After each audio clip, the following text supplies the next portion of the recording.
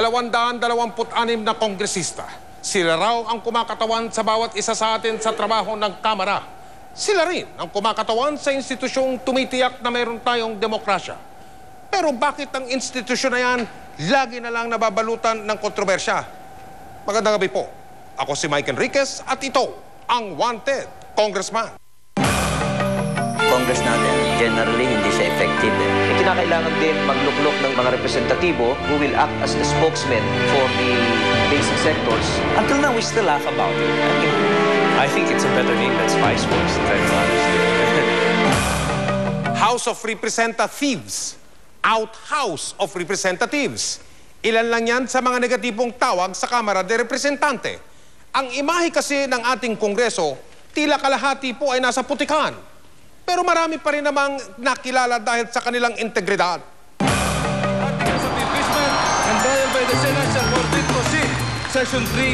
Taong 2000 nang bumulaga sa publiko ang di malilimutang bahagi ng kasaysayan sa Kongreso. Bago matapos ang sesyon, ang dating Speaker of the House na si Manny Villar, walang pasakalyang inilahad ang articles of impeachment laban kay dating Pangulong Joseph Estrada. Daig pa ang matrabang eksena sa isang telenovela. Mga kongresista ng administrasyon at oposisyon nagkagulo sa naging desisyon ng dating House Speaker. Noon sumikat ang grupo ng mga batang kongresista na tinawag na Spice Boys. Sila ang naging kakampi ni dating Gobernador Chavit Singson sa pagtulak ng kasong impeachment laban kay Estrada. Kinabibilangan ito ni Juan Miguel Zubiri, Rolando Andaya Jr., Robert Ace Barbers, Federico Sandoval II, Hernanin Braganza at Michael Defensor. Itong grupo ni then Governor Chavit Singson, noon nagkaroon siya ng expose, siyempre naghahanap siya ng kakampi. At kami naman, bilang fiscalizer sa ating gobyerno, ay gusto naming marinig kung ano ang nilalaman ng mga reklamong ito, no? At kung merong katotohanan itong mga bagay-bagay na to. So, tinignan namin, nakipag-usap kami kay Governor Singson. Dahil pawang mga bata, gwapo at makisig, malakas ang appeal nila sa media. Nakatulong ito para makuha nila ang simpatya ng taong bayan. Ang Spice Boys tinapatan ng Administrasyong Estrada na isa ring grupong tinawag na Bright Boys. Ito ay sina Francis Joseph Escudero, Alan Peter Cayetano at Gilbert Teodoro. So one time, in-interview si Presidente Erap ng media. Tapos sinabi niya, ano masasabi mo tungkol sa oposisyon ng Spice Boys sa charter change? Ang sabi niya, pabayaan mo yung Bright Boys ang sumagot. Doon nagkaroon ng bansag na Bright Boys. Sinuportahan ng Bright Boys si dating Pangulong Estrada para sa panukalang pagbabago ng konstitusyon. I think many of us sa grupo na yun, no, wanted to be part of that reform movement. We took to heart yung era para sa mahirap, yung konsepto na yung masa naman ang maging bida naman sa Kongreso. Pagkatapos ng impeachment trial, di pa rin nagtapos ang pag-iingay ng Generation X ng Kongreso. Ang Brat Pack naman ay nakilala dahil sila ang nagpasimula sa tangkang pagpapatalsik kay Supreme Court Chief Justice Hilario Davide. Inakusahan nila ng katiwalian si Davide dahil daw sa maling paggamit ng 700 milyong pisong JDF o Judicial Development Fund. Ang Brat Pack ay mga anak ng mga veteranong politiko. Ito sina Felix William Puentabella, Francis Joseph Escudero, Gilbert Remulla, Mark Cojuangco, Charlie Cojuangco at Michael John Duavit. Lalong pinagpiestahan ng media itong grupo ng mga batang kongresista. Kumbaga sa showbiz, sobra-sobra ang naging publicity sa kanila. Natawa kami, natawa. Until now, we still laugh about it. I think it's a better name than Spice Boys, to tell you honestly. Noon pa man, lagi nang nasa hot seat ang Kongreso. Panahon ni dating Pangulong Fidel Ramos, kapansin-pansin ang mababang rating ng Kongreso. Pati si dating House Speaker Jose de Venecia, hindi naging popular sa taong bayan. Ang nangyari lang, gustong i-modernize ang agriculture, they pass a law. Gustong i-modernize ang educational system, they pass a law. Gustong buksan ang trading system, they pass a law. Pero hindi naman nag-approve ng budgetary allocation. Yung satsat, hindi na follow up ng action. Nasundan pa ito ng pagsasanib puwersa ng tatlong matatapang na kababaihan mula sa Mindanao para tutulan ang 1996 peace agreement sa pagitan ng gobyerno at ng Moro National Liberation Front. Nakilala sila bilang Tres Marias. Ito sina Luwalhati Antonino, ang yumaong Maria Clara Robregat at Daisy Avance Puentes. Kaya kasi yung tatlong kongresista nakalaban ni Miss Wari at that time. So sila yung talagang matatapang. Kaya sabi nga ni, di ba, parang parang medyo discriminating pa nga si Miss Wari dahil parang sinasabi niya, Tres Marias yung mga babae na bumabanat sa kanya, yung mga babae naman. Ano? Pero ganun kakatatapang yun para makipaglaban kay Miss Wari. Bago pa man ideklara ni dating Pangulong Ferdinand Marcos ang martial law, isa na si Congressman Carlos Padilla sa ipinatawag at ikinulong sa Campo Crame sa kasong planong pagpapatalsik sa diktaturang Marcos. Pero mas naaalala siya ng taong bayan bilang minority leader nitong katatapos lang na ika-12 kongreso at sa kanyang ginampan ng papel sa kontrobersyal na Martilyo Gang. Nagkaroon po ng insidente sa kongreso na the session was adjourn, na hindi pa dapat mag-adjourn. Meron pa sanang ilang araw na naiiwan para magtrabaho kami. So, prinotestahan namin yung ginawang premature adjournment ni Speaker Joe De Venecia. Kasama ang ilang pang miyembro ng oposisyon, ipinagpatuloy nila ang sesyon sa labas ng Kamara. Wala kasi kaming gavel na yung ginagamit sa session hall. Ang ibinigay sa akin ay martilyo. Kaya yun ang ginamit kong pangpukpok pag ako'y nagpre-preside at gumagawa ng ruling. Marami ang humanga kay dating Congressman Joker Arroyo. 3 beses na halal bilang kinatawan ng unang distrito ng Makati. Si Arroyo ang nagbunyag ng 150 bilyong pisong pagkakautang ng mga Marcos crony na hanggang ngayon ay binabayaran pa rin ng bayan. Isa rin siya sa mga tagapayo o advisor ng prosecution sa impeachment trial ni dating Pangulong Estrada. Bagamat sinasabing wala siyang nahiyaing batas, di pa rin mapapantayan ang naging kontribusyon ni Arroyo sa paghubog at paglikha ng mga bata. Usually, diba, ihahain mo yan, panukalang batas yan. Pero pagdating sa yan, sa plenaryo, sa floor, nagkakaroon ng deliberation dyan, dun lumulutang si Joker Arroyo. Dun siya magaling, yung sa pagbusisi ng mga panukalang batas. Ni minsan ay hindi rin umabsent sa sesyon ng Kamara si Arroyo. Siya rin ang pinakamatipid sa lahat ng kongresista sa paggastos ng pondong inilaan para sa kanyang distrito. Kaya hindi katakatakang taon-taon na lang ay binoboto siya bilang outstanding congressman ng Philippine Free Press at Congressional Press Corps mula nang siya ay magsimula sa Kongreso noong 1992. Lagi siya may dala nung attaché case. Malaking bag, actually, leather bag. Tapos lahat ng mga papeles niya nandun. Ang staff lang niya, yung personal driver niya. Wala siyang congressional staff. Kung may mga kongresistang hinangaan, meron din namang mga nakasira sa imahe ng Kamara dahil sa kontrobersya. Taong 2000, hinatulan ng Korte Suprema ang dating kongresistang si Romeo Halosos ng 2 habang buhay na pagkakabilanggo dahil sa panggagahasa sa isang minor de edad. Saad dun sa ating revised penal code na kapag ikay naakusahan ng ganong kind of a crime, hindi ka pwede magpiyansa. So nakakulong siya pero hindi pa siya convicted.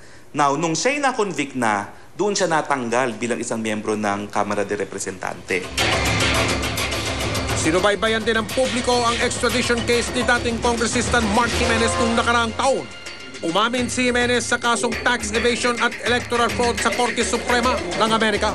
Ang hatol, 2 taong pagkakabilanggo at 1.2 bilyong dolyar na multa. At matapos mapatunayan na hindi siya residente ng distritong kanyang kinakatawan, inilaglag ang kanyang pangalan sa Kongreso. Nakasaad sa Article 6 ng ating konstitusyon na bukod sa edad, bukod sa pagbabasa at pagsusulat, dapat ikay residente doon sa distrito kung saan ka tumatakbo bilang representante. Hindi nakatulong ang mga kontrobersyang ito sa marumi ng imahe ng Kongreso. Ang mga congressman nga, dahil nga very parochial ang kanilang outlook, very parochial din ang kanilang mga habits. May mga asawang marami, may mga kabit na marami, bumibili ng mga luxury cars, and they flaunt these habits. And napapansin ng Kongreso. Tuwing halal, kanya-kanyang gimmick at pagpapapogi ang labanan para mailagay ang kanilang pangalan sa balot.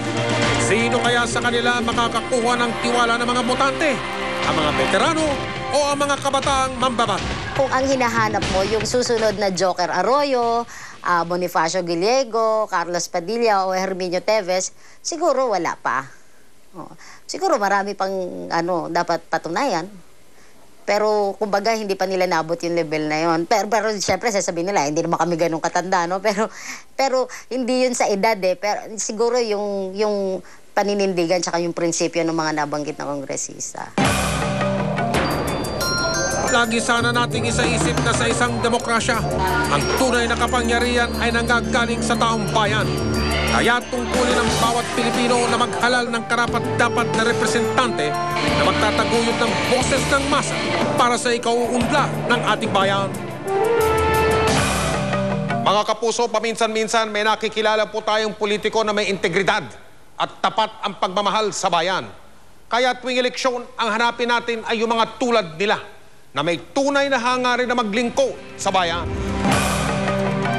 Ang trabaho ng kongresista, tagagawa ng batas o tagapagpagawa ng waiting shed sa pagpapatuloy ng wanted, congressman.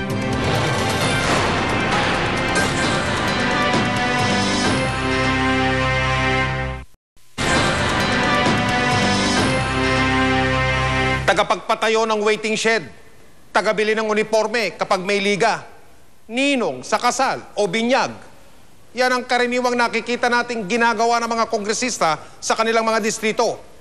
Pero sa papel at diwa ng saligang batas, ano ba ang talagang trabaho ng kongresista? Kasal, binyag, at libing. KBL kung tawagin. Dito madalas nakikilala ang congressman. Nilalapitan para maging ninong o di kaya hinihingan ng tabao.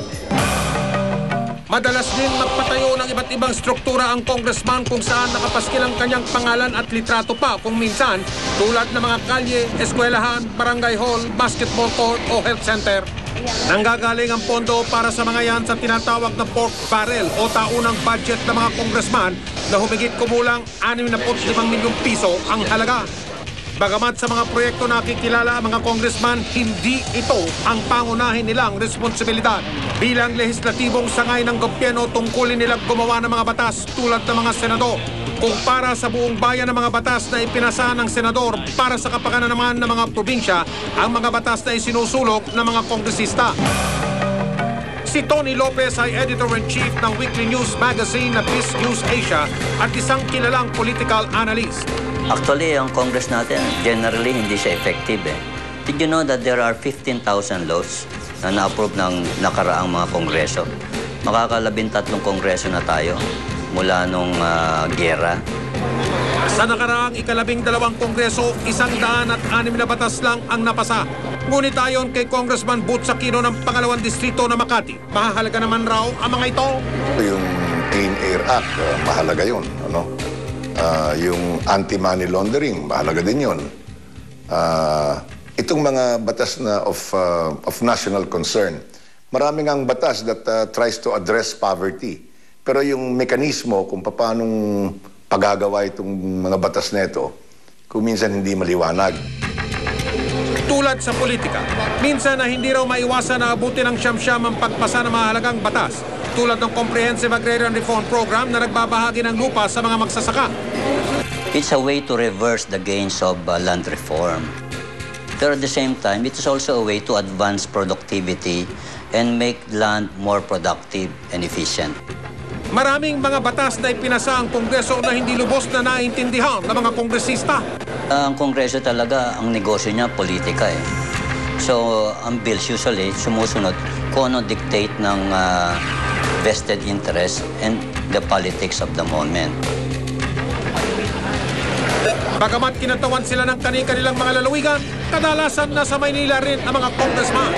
Mahaba kasi ang panahong kailangan nila sa mga hearing. Sa session hall, pinag-uusapan ang mga panukalang batas, investigasyon at ang isa sa pinakamahalagang agenda ng Kongreso, ang budget. Mga kongresista ang nagmumungkahi kung gaano kalaking pondo ang ilalaan sa iba't ibang kagawaran. tulad ng DPWH, DepEd at Department of National Defense. Sa budget hearing din na pag-uusapan ang kontrobersyal na pork barrel. Ang problema dito, pagkuha ng congressman, hindi natin alam kung saan napupunta. Of course, merong auditing. Ang problema, how true and how sure are we na yung auditing process maganda at tama at naayon sa proseso. Iba't ibang komite naman ang maaaring hawakan ng mga kongresista. Malaking bagay ang maging chairman ng isang komite dahil dala nito ang impluensya at karagdagang pondo. Ngunit ang ilan daw dito paulit-ulit lang. Pagdating sa Kongreso, iba-ibang komite yan. Iba yung komite ng Science and Sports, iba ang komite ng Science and Technology, komite ng Sports, Games, Amusement, Committee on Education.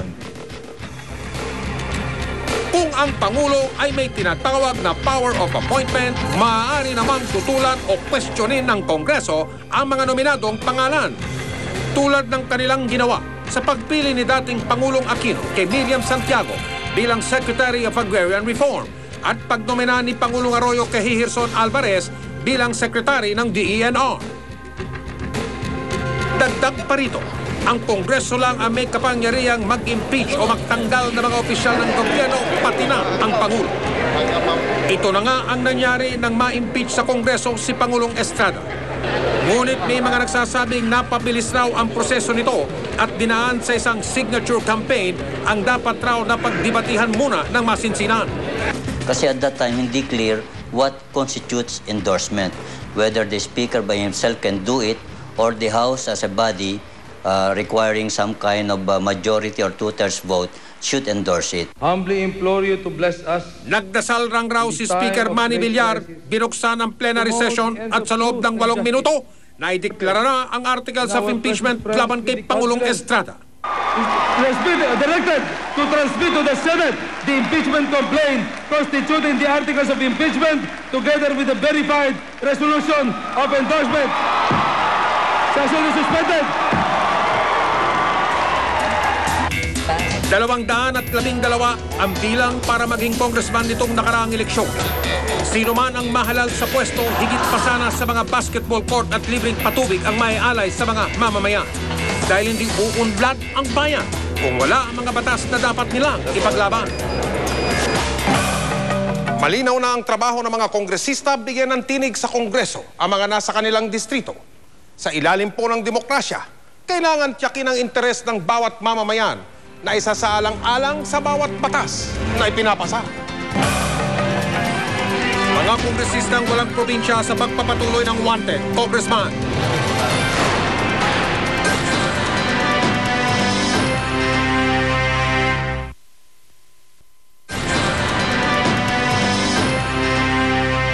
Dalawampung kongresista ang walang probinsya na kinatawan sa nakalipas na Kamara.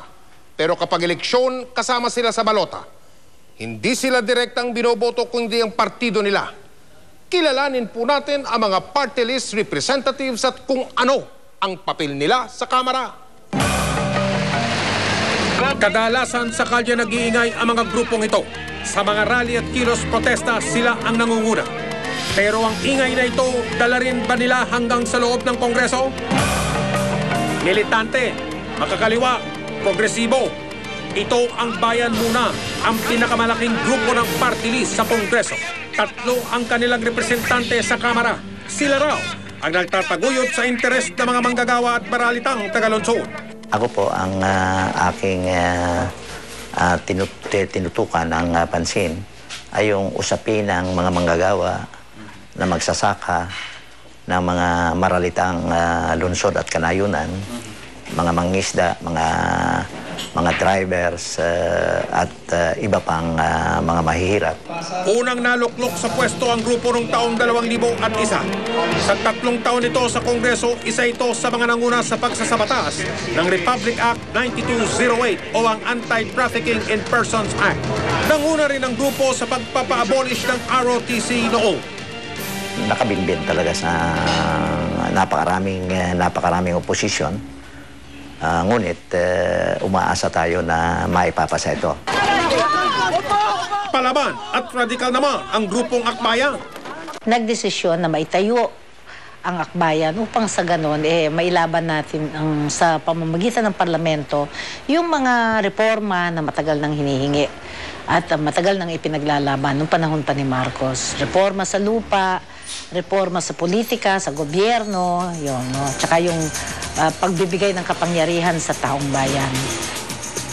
6 na taon nang nakaupo sa Kongreso ang akbayan.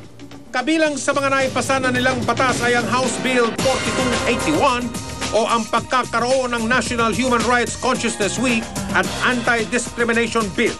Napagtibay din namin yung Human Rights Consciousness Week.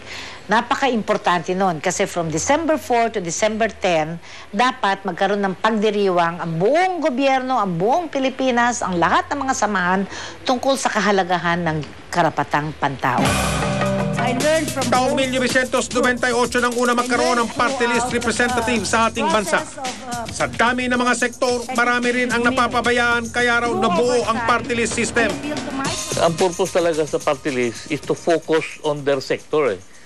Pag yung disabled ang pinipresent mo, then you'll take care of the needs of the disabled. Pag veterans ka, ang sector mo veterans, you'll take care of the veterans. Kakaiba ang pagboto sa party list system. Pangalan ng partido at hindi ng tao ang ibinoboto. Ang botohan ng tao, hindi ang nominees sa party list organization. Ang pangalan mismo ng party list ang gamitin. Sa 1987 Constitution, ang mga grupong pwedeng lumahok dito ay yung kulang o walang representasyon sa Kongreso. Ang rationale dyan, we copy that from Europe, no? Kasi sa Europe, they are very strong yung sinatawag nilang democratic institutions na yung mga walang representation, kailangan talagang mayroong representation.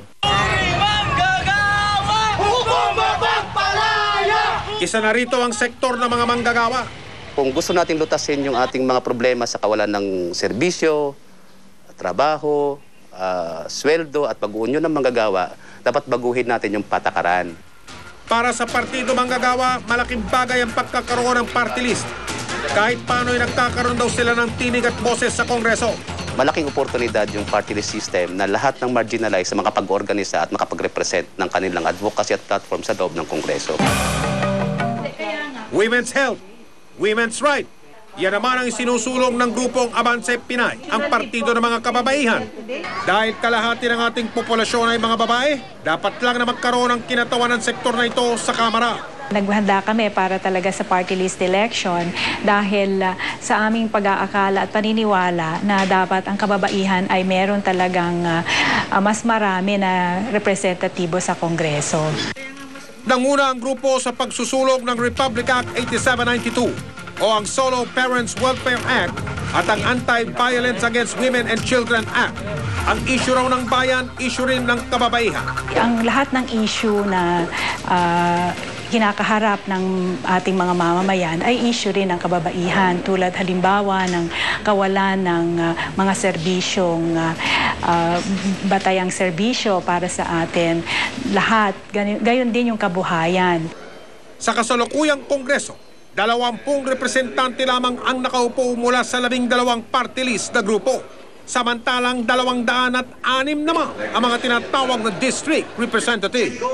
Mababa ang bilang na ito kung sa ligang batas ang pagbabatayan.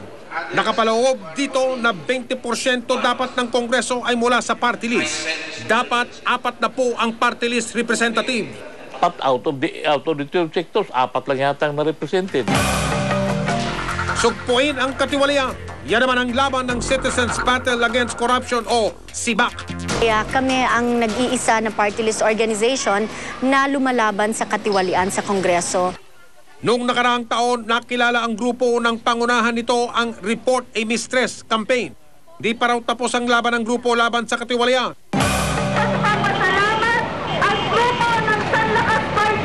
Reforma at pagbabago. Yan naman ang sinasabi ng grupong Sanlakas. Kahit aminadong makakaliwa, nasok nito ang Kongreso sa layunin daw nitong maging boses ng tao sa loob at labas ng Kongreso.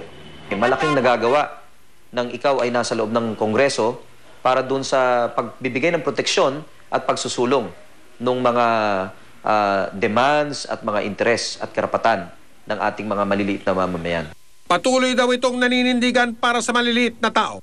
In order to articulate the position of the basic sectors, kinakailangan din magluklok ng isang or at least ng ilang mga parliamentarians natin, mga representatibo who will act as the spokesmen for the basic sectors. Tuwing eleksyon, parang kabuting nagsusulputan na rin ng mga party list group. Sana ay maging tunay na boses nga sila ng mga hinaing ng kanilang mga sektor. Di man sila direktang ibinoboto, may papel pa rin ang mga party list representative sa Kongreso. Pero tulad ng ibang miyembro ng Kongreso na may distrito, dapat din binabantayan natin ang kanilang trabaho. Suriin natin ang kanilang mga boto at kung dapat pang ibalik ang kanilang partido sa Kongreso.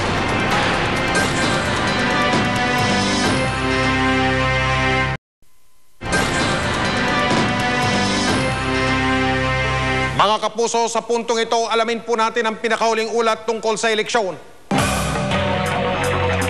Pagkatapos ng ilang buwang pangangampanya, nasa loob na ng mga ballot box ang hatol ng mamamayan. Malalaman na ang mga magwawagi at ang mga kulelat. Sa ikalawang distrito ng Makati, si Butz Aquino ang mas kilalang kandidato. Ngayong mukhang landslide, ika nga ang kanyang panalo. Ano kaya ang plano niya sa business district ng bansa? Ang aking constituency dito, marami dito mga veterano, mga senior citizens. Kaya yung inuna ko, yung mga senior citizen centers o veteran centers, ano? Kaya yun ang pinilit kong unahin. Hindi na baby si Luis Baby Asisio sa mababang kapulungan. Kung tutuusin, veterano na siya. Kung babalik siya sa Kamara, may mababago kaya? I've seen the problem in the city. And the main problem is land ownership and housing. And this time I'll see to it that it is implemented.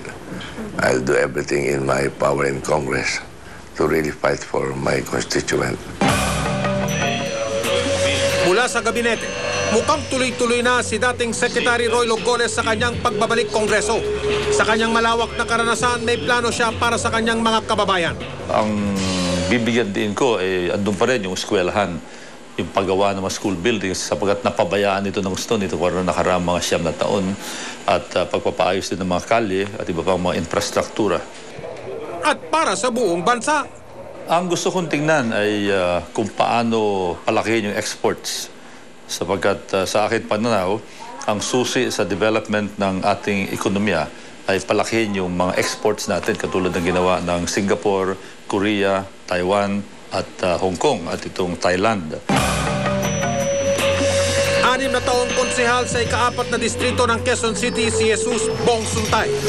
Isa siya sa tinatawag na all-male o puro lalaking kandidato sa pagkakongresista ng kandidato sa pagkamayor na si Ismael Matay. Kung papalaring manalo, ito sana ang nais niyang gawin. Ang nais ko pang gawin, ang educational system, improve not only yung infrastructure o yung mga buildings, pero the quality of education being taught to make it competitive. Dahil alam mo, parang napapag-iwanan yung public schools natin if you compare it with yung private schools. Tulad sa gawang sapatos ng Marikina, subok na rin si Del Reyes de Guzman. Naging konsehal, vice mayor at kongresista ng Marikina at naging assistant majority leader ng ika-12 Kongreso. Sa ikalawang pagsubok niya bilang kongresista, may plano siya para sa kanyang mga kababayan. Kailangan ng batas na tututok talaga sa shoe industry. Patulad ng mga iba nating produkto like garments, jewelry, so may mga protection sila sa government. So binigyan namin sila ng tax holiday o tax incentive package. Habang lumilinaw ang bilangan, ito ang huling hirit ng mga kapuso natin. Gising na po tayo mga sir, mamayan muna, hindi mamaya na. Anong trabaho nila, dapat nila gampanan. Hindi naman po pwede na basta na ilagay na natin sila, maglalakwatsan na lang. Pa rin nila yung kanilang mga pangako sa taong bayan, na sa kanilang mga distrito, sa yung pagkatiwalaan sila. Sabi ko, galingan nila.